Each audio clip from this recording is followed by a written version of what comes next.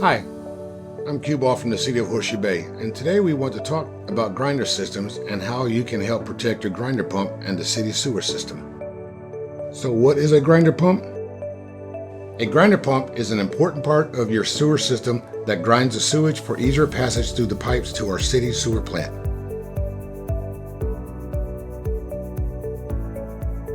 It is located under the green lid in your yard, and tied to it is a panel box with a red flashing light on it. The green lid is the collection basin that holds the wastewater to be pumped out into the city sewer system.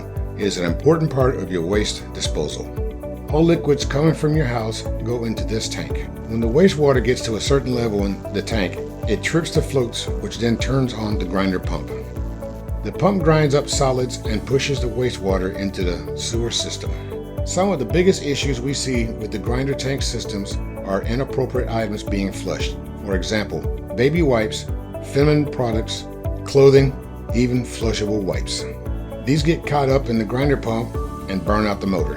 The first sign that your grinder system is not working is if your toilet is not flushing. The second sign may be the buzzer and the blinking red light on the box outside. Plumbers can be very expensive. If you are having issues with your grinder system, call the city first. We are available 24/7, 365 days a year at no charge.